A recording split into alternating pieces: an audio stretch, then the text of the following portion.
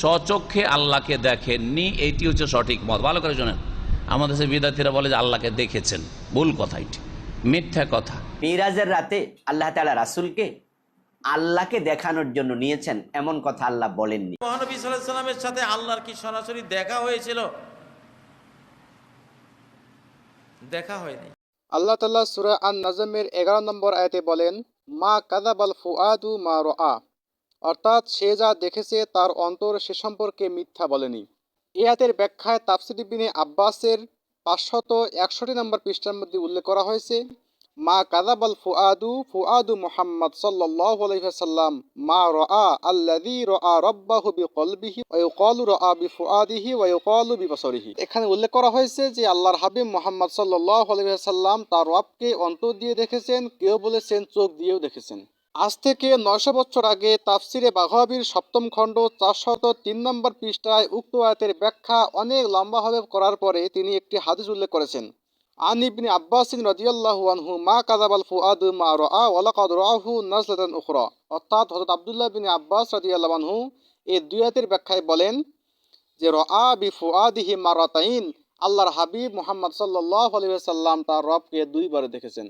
আজকে থেকে 1000 বছর আগে আল আরবাঈনা ফি দালাইল তাওহীদ কিতাবের মধ্যে হযরত আবু ইসমাইল রাহমাতুল্লাহ আলাইহি 81 নম্বর পৃষ্ঠার মধ্যে 32 নম্বর পরিচ্ছেদ এই নামে এনেছেন, বাবু রুয়াতিন নবী সাল্লাল্লাহু আলাইহি ওয়াসাল্লাম রাব্বাহু আযজা ওয়া জাল্লা লাইলাতাল মিরাজি বিআইনাইহি রুয়াতা ইয়াকযাতিন, অর্থাৎ আল্লাহর হাবিব মুহাম্মদ সাল্লাল্লাহু আলাইহি ওয়াসাল্লাম তার চামড়া চোখ দিয়ে আল্লাহ পাককে দেখেছেন, এই সম্পর্কে প্রমাণিত করার একটি পরিচ্ছেদ। আজকে থেকে প্রায় 600 বছর আগে ইমাম আলাউদ্দিন রহমাতুল্লাহ আলাইহি তার কিতাব আল ইশারাতু ইলা সিরাতিল মুস্তাফা, এই কিতাবের 139 নম্বর পৃষ্ঠার মধ্যে উল্লেখ করেছেন, ওয়া আন্নাহু রাআ রাব্বাহু আযজা ওয়া জাল্লা বিআইনি রাসূল সাল্লাল্লাহু আলাইহি ওয়াসাল্লাম, অর্থাৎ নিশ্চয় আল্লাহর হাবিব মুহাম্মদ সাল্লাল্লাহু আলাইহি ওয়াসাল্লাম তার রবকে নিজের চক্ষু দ্বারা দেখেছেন। মুহাম্মদ সাল্লাল্লাহু আলাইহি ওয়াসাল্লাম তার রবকে শুধু অন্তর দিয়ে নয় চোখ দিয়েও দেখেছেন। এই সম্পর্কে বিশ্ববিখ্যাত তাফসিরের কিতাব, যেই তাফসিরের নাম তাফসিরে মুসনাদ, কিংবা যেটাকে তাফসিরে ইবনে মারদুয়া বলা হয়, সে তাফসির ইবনে মারদুয়া কিংবা তাফসিরে মুসনাদের 1ম খণ্ড 204 নম্বর পৃষ্ঠার মধ্যে 145 নম্বর হাদিস আমি আপনাদের সামনে স্ক্রিনে দিয়ে দিয়েছি, সনদ সহ উল্লেখ করা আছে। এই হাদিসের মধ্যে বলা হয়েছে, আন ইবনে আব্বাস রাদিয়াল্লাহু আনহু আন্নান নাবিয়্যা সাল্লাল্লাহু আলাইহি ওয়াসাল্লাম রাআ রাব্বাহু বিআইনাইহি, অর্থাৎ হযরত আব্দুল্লাহ বিন আব্বাস রাদিয়াল্লাহু আনহু বলেন, নিশ্চয়ই নবী সাল্লাল্লাহু আলাইহি সাল্লাম তার রবকে নিজের চক্ষু দ্বারাই দেখেছেন। এমনকি আজকে থেকে প্রায় 1000 বছর আগের বিশ্ববিখ্যাত সিরাতের কিতাব আশ-শিফা বি তারিফিল হুকুকিল মুস্তাফা, এই শিফার মধ্যে 247 নম্বর পৃষ্ঠার মধ্যে ওই আয়াতের ব্যাখ্যায় হযরতে আবু যর গিফারি রাদিয়াল্লাহু আনহু একটা হাদিস উল্লেখ করা হয়। আন আবি যর রাদিয়াল্লাহু আনহু ফি তাফসিরিল আয়াতি ক্বালা রাআন নাবিয়্যু সাল্লাল্লাহু আলাইহি ওয়াসাল্লাম রাব্বাহু, হযরত আবু যর গিফারি রাদিয়াল্লাহু আনহু বলেন, নিশ্চয় আল্লাহর হাবিব মুহাম্মদ সাল্লাল্লাহু আলাইহি ওয়াসাল্লাম তার রবকে দেখেছেন। এবং আশ-শিফা এই কিতাবের 248 নম্বর পৃষ্ঠার মধ্যে উল্লেখ করা হয়, আন্না মারওয়ানা সাআলা আবু হুরায়রা হাল রাআ মুহাম্মদ রাব্বাহু, মারওয়ান হযরত আবু হুরায়রা রাদিয়াল্লাহু আনহুকে জিজ্ঞাসা করলো, হযরত মুহাম্মদ সাল্লাল্লাহু আলাইহি সাল্লাম কি তার রবকে দেখেছেন?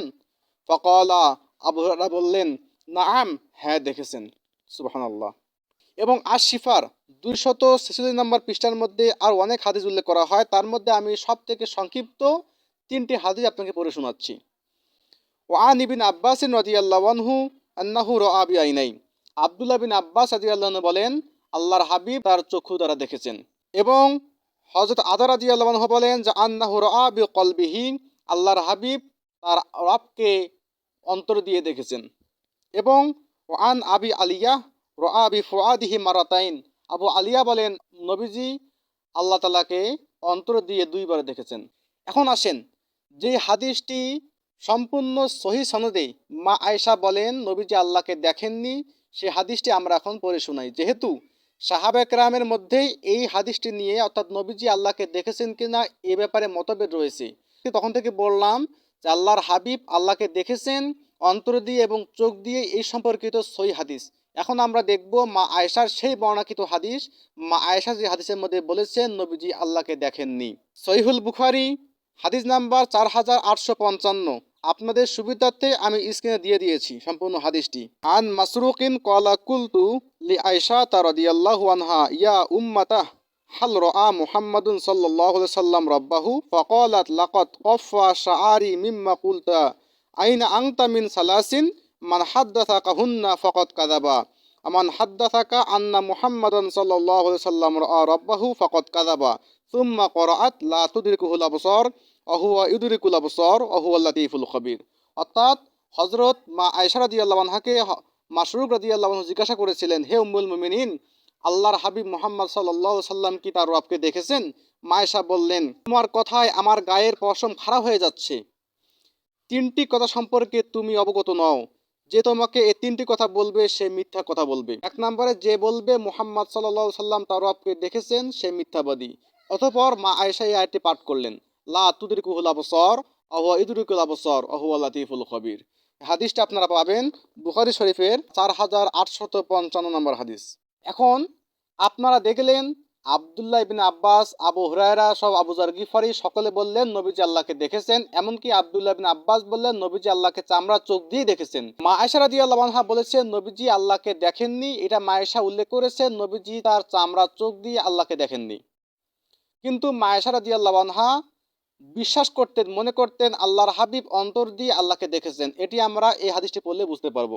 তাফসিরে মুসনাদ কিংবা তাফসির বিদে মাদ্দুয়া প্রথম খণ্ড 203 নম্বর পৃষ্ঠায় 143 নম্বর হাদিস মা আয়েশা নিজে উল্লেখ করেন। হাদিসটি সনদ সহ আপনারা দেখতে পারতেছেন। আন আয়েশা রাদিয়াল্লাহু আনহা আন কাউলিল্লাহি মা কাযাবাল ফুআদু মা রাআ ফাকালাত আনা আউয়ালু মান সাআলা রাসূলুল্লাহি সাল্লাল্লাহু আলাইহি ওয়াসাল্লাম ক্বালা সাল্লাল্লাহু আলাইহি ওয়াসাল্লাম রাআইতুহু বিকলবি।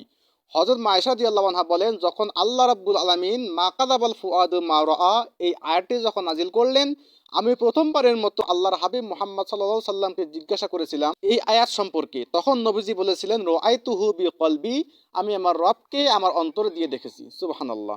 তাহলে মা আয়েশা বিশ্বাস করতেন নবীজি তার রবকে অন্তর দিয়ে দেখেছেন, কিন্তু নবীজি তার চামড়া চোখ দিয়ে দেখেছেন কিনা এই ব্যাপারে আব্দুল্লাহ ইবনে আব্বাস এবং হযরত মা আয়েশা রাদিয়াল্লাহু আনহার মধ্যে মতপার্থক্য দেখা যায়। আশিফা এই কিতাবের মধ্যে 248 নম্বর পৃষ্ঠার মধ্যে উল্লেখ করা হয়েছে, আন আহমদ ইবনে হাম্বাল রাহমাতুল্লাহি আলাইহি আন্নাহু ক্বালা আনা আকুলু বিহাদিস ইবনে আব্বাসিন বিআইনাই রাআহু। আহমদ ইবনে হাম্বাল রাহমাতুল্লাহ বলেন, আমি বলি হযরত আব্দুল্লাহ ইবনে আব্বাস রাদিয়াল্লাহু আনহুর সেই হাদিসটি যে নবীজি আল্লাহকে তার চোখ দিয়ে দেখেছেন। হাত্তা ইনকাতা নাফসুহু ইয়ানি নাফাসা আহমদ, অর্থাৎ হযরত আল্লাহর হাবিব যখন আল্লাহকে দেখতে গিয়েছিলেন, আল্লাহকে যখন দেখেছিলেন, তখন আল্লাহর হাবিবের নফসটা কেটে গিয়েছিল, তার আহমদের সুরত, তার হাকিকতের সুরত আল্লাহকে দেখেছিল। আমরা ছোট্ট একটু উদাহরণ এটা বুঝতে পারি। যখন এই পৃথিবীর জমিন থেকে কেউ চাঁদের মধ্যে যাবে তখন তার ওজন হয় মাত্র কয়েক কেজি, হয় 5 কেজি বা তারও কম। যখন চাঁদ থেকে কেউ মহাশূন্যে যাবে তখন তার ওজন হয় সম্পূর্ণ 0 কেজি, কোনো ওজন তার থাকে না।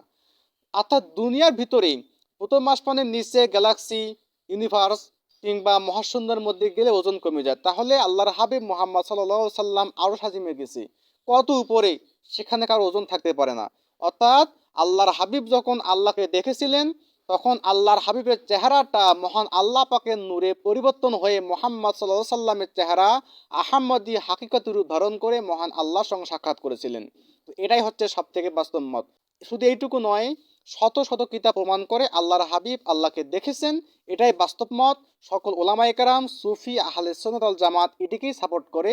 আল্লাহ পাক আমাদের সবাইকে সঠিক আকীদা চলার তৌফিক দান করুক এবং সঠিকভাবে বুঝে শুনে হাদিস কোরআন মেনে চলার তৌফিক দান করুক। আসসালামু আলাইকুম ওয়া রাহমাতুল্লাহ।